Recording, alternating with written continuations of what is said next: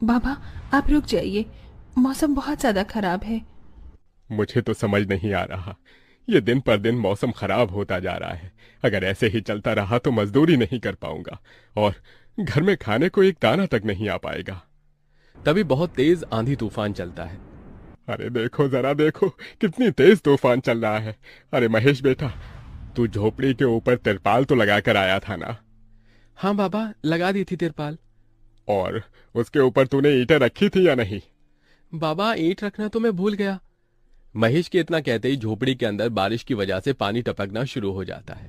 हे भगवान महेश, तूने ये क्या किया? तुझे मैंने कहा था बारिश और तूफान तेज है, तुझे ईंटें रख देनी चाहिए थी। मुझे लग रहा है कि तिरपाल उड़ गई। चल चल मेरे साथ चल।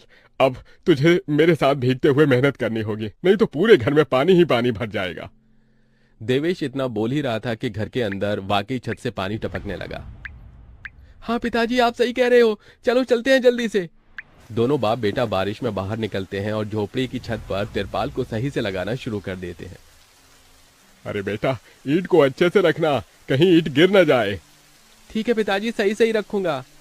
महेश इतना कहकर अच्छे से ईंट से तिरपाल को दबाने लगता है, जिससे छत ढक जाती है और झोपड़ी में पानी टपकना बंद हो जाता है।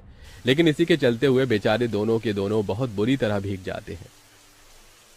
अरे चलो बेटा, बहुत ठंड हो रही है, बाहर घर में चलते हैं।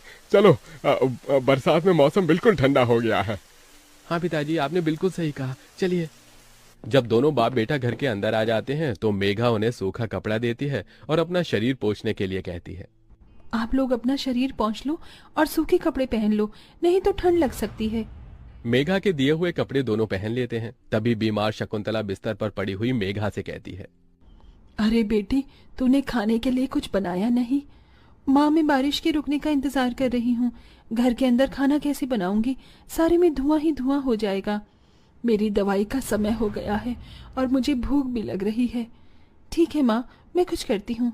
मेघा अपने सिर पर एक सफेद कट्टा रखकर बारिश से बचते हुए बाहर से कुछ ईंटें लाकर घर के अंदर ही छोटा सा चूल्हा बना लेती है और उसी पर खाना बनाना शुरू करती है। अरे बेटी, पूरे घर में धुआं ही धुआं हो गया है। पिताजी, खाना बनाना भी तो बहुत जरूरी था। मेघा जैसे तैसे करके जल्दी जल्दी खाना बना लेती है। वो खाने में नमक मिर्च वाले चावल ही बना पाती है। माँ, माँ उठो, ये लोग खाना खा लो। शकुंतला मेघा के हाथों से खाना खाती है। शकुंतला के पूरे शरीर को पैरालाइज हुआ था, जिसके कारण ना तो वो हिल सकती थी और ना ही वो उठ सकती थी। मेरी प्यारी बेटी, इतनी कम उम्र में तेरे ऊपर कितनी जिम्मेदारी आ गई। हम गरीबों का कुछ नहीं हो सकता है।